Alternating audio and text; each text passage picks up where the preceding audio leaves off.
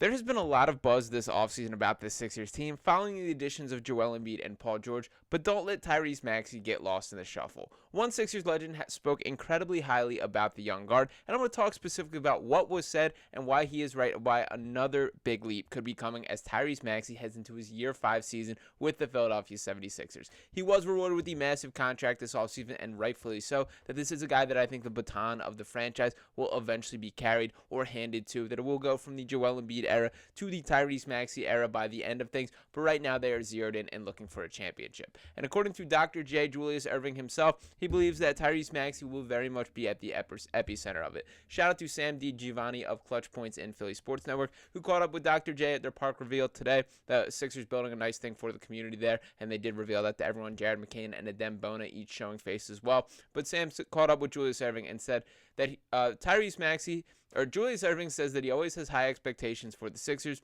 but is excited to see Joel Embiid, Tyrese Maxey, and Paul George, plus having another season under Nick Nurse. Quote, "I think if we can keep Maxey on the rise, he's going to be the best guard in the league."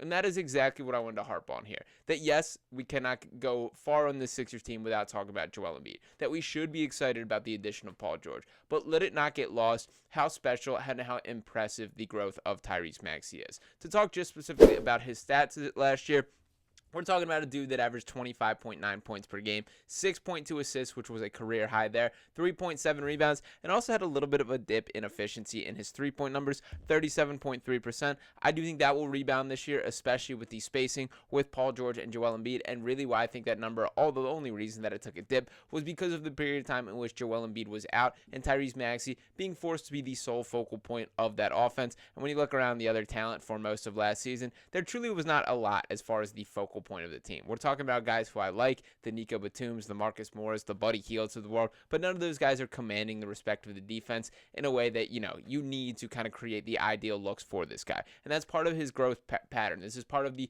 development of Tyrese Maxey, and I don't want to get lost how impressive each step forward has been. So I do want to put it into full context, kind of these strides forward that he has taken on a year in and year out basis, before compare it to some legitimate stars that he seems to be on the same trajectory for. So I want to start by taking a look at that here. So I'll pull up this image and looking at it from his rookie year, in which he played just 61 games at 15.3 minutes per game. Really not a ton of opportunity there. Then he heads into year 2, in which there was the Ben Simmons holdout situation, and he was basically thrust into the starting lineup, starting 74 of his 75 games, averaging 17.5 points per game, 4.3 assists, and the biggest stride forward that we saw from him this season was behind the three-point arc. That as a rookie, just 30.1% from deep. That was also the biggest concern that kept him to continue sliding down draft boards, and a massive step forward to 42.7% in his sophomore season. That was good for top 5 in the NBA, and got even better in year 3, where he shot 43.4% on increased volume from beyond the three-point arc there. Also, so his numbers go up to 20.3 points per game.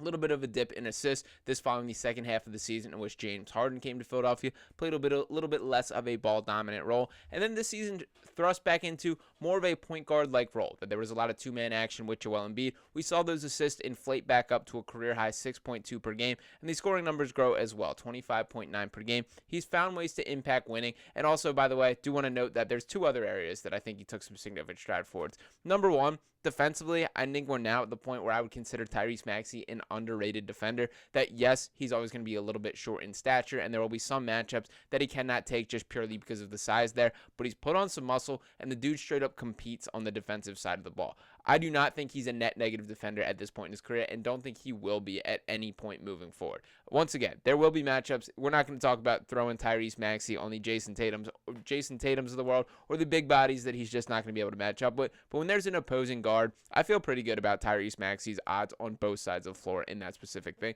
which is a huge deal for the Sixers team moving forward.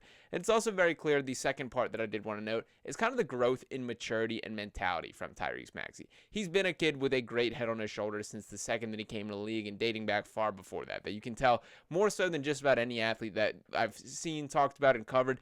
He's been raised right. He has all the right foundational beliefs. Huge hat tip to the Maxey family for the way that he was brought up, and he's a guy that clearly appreciates the stage that he's been in. But there were 2 specific quotes in last year's postseason that really stood out to me from Maxey for him taking a step forward as a leader on the Sixers team. Number 1 had to do with Tobias Harris, where he basically took responsibility for Tobias' struggles in a way that he just straight up did not have to. And he was asked about Harris's struggles and trying to get him going, and Maxey saying, quote, I think that's probably on me. I got to do a better job of getting him better shots and getting him in better spots to be successful. So while this is 0% true, and it was straight because Tobias Harris just was not good enough for what the Sixers needed him to be, I do love that Tyrese Maxey is taking that forward-facing approach to take responsibility and be that true leader. And perhaps even more impressive, we all remember this one so clearly, is after that heartbreaking loss to the Knicks where everything went wrong in the final 30 seconds of that game, where the league ruling from the NBA stated that Tyrese Maxey did get fouled on the play. The whistle should have been blown, but ultimately it did result in the Knicks' victory here. He was asked about that the following day, and he said, quote, "I got to be stronger with the ball. When I get on the floor, I got to hug it and call the timeout. But it is what it is. We know that we can still win this series." That's a ridiculous level of maturity for a dude that is still under 25 years old, that is still very early in his path through the NBA and seeing what he truly can become. And I do think is important to note here the relationship between him and Joel Embiid. For starters, I don't want to sell short that if Tyrese Maxey did not prove to be as win-now ready or as talented of a player as he clearly is proving to, there's a real world where we're having some tough conversations this offseason about the future of Joel Embiid, that he would not be interested in sticking things out as long as would have been the case. Maybe we're talking about a full rebuild right now that he would have forced his trade last offseason amid the turmoil, things like that. That I do think Maxey was a key part of keeping Joel Embiid involved. Joel himself played a part in that Tyrese Maxey honorary, just showing the Maxey day before they handed him the contract, calling him the best teammate that he's ever had, which is just really cool to hear there. And then Maxey himself kind of reciprocating things with this cool quote saying that, quote, "Big fella, you were the first person to really believe in me. Just walking onto the plane, you telling me to sit there, you bringing me a PlayStation, that meant the world to me. I hope I'm not going to let you down." Very cool to see this type of relationship between the two stars on the team.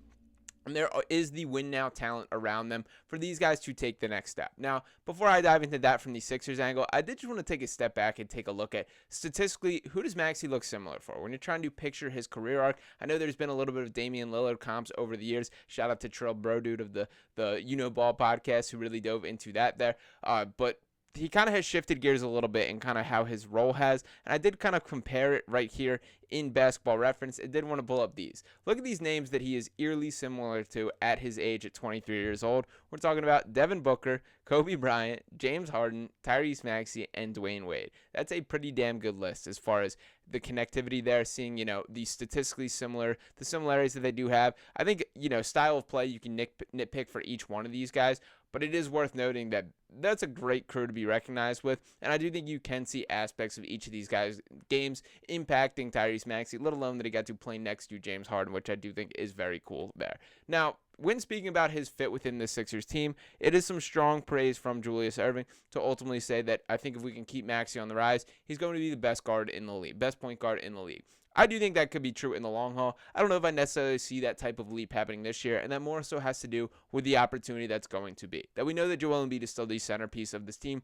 the former MVP, the guy that's still at the tail end of his prime, still playing at a really high level, and had a ridiculously impressive year last year. Let's not forget that last season before the injury, Joel Embiid still averaging 34.7 points per game, 11 rebounds, and 5.6 assists, and a ridiculous 52.9% from the field, as well as the 1.7 blocks and 1.2 steals. Really impressive stuff there. And to add into it, as far as the battle for touches on the Sixers team, we're talking about another name entering the conversation with Paul George, with his 22.6 points per game, 5.2 rebounds, a 41.3% three-point shooter, which I do think is going to be huge for the spacing on this team, 45.7% from the corner there. But it is Tyrese Maxey that I think very much going to be looked at as a little bit of to be more of a true point guard this year. I know that Kyle Lowry and Reggie Jackson are each waiting behind him and will certainly have their nights in which they serve a role. But if Maxey can grow into kind of more of this floor general type role for the Sixers team, I think that could be very valuable. And ultimately, I think there should be a ton of two-man action between Joel Embiid and Tyrese Maxey still.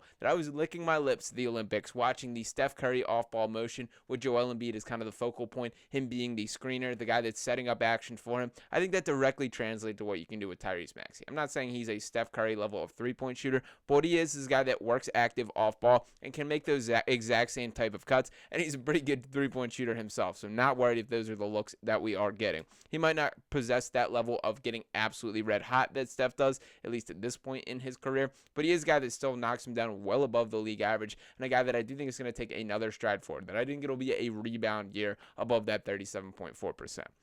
So there will be a lot of sacrifice between this trio, finding a way to make it work. But I think that's the biggest storyline heading into this Sixers season, is figuring out how do these pieces fit together.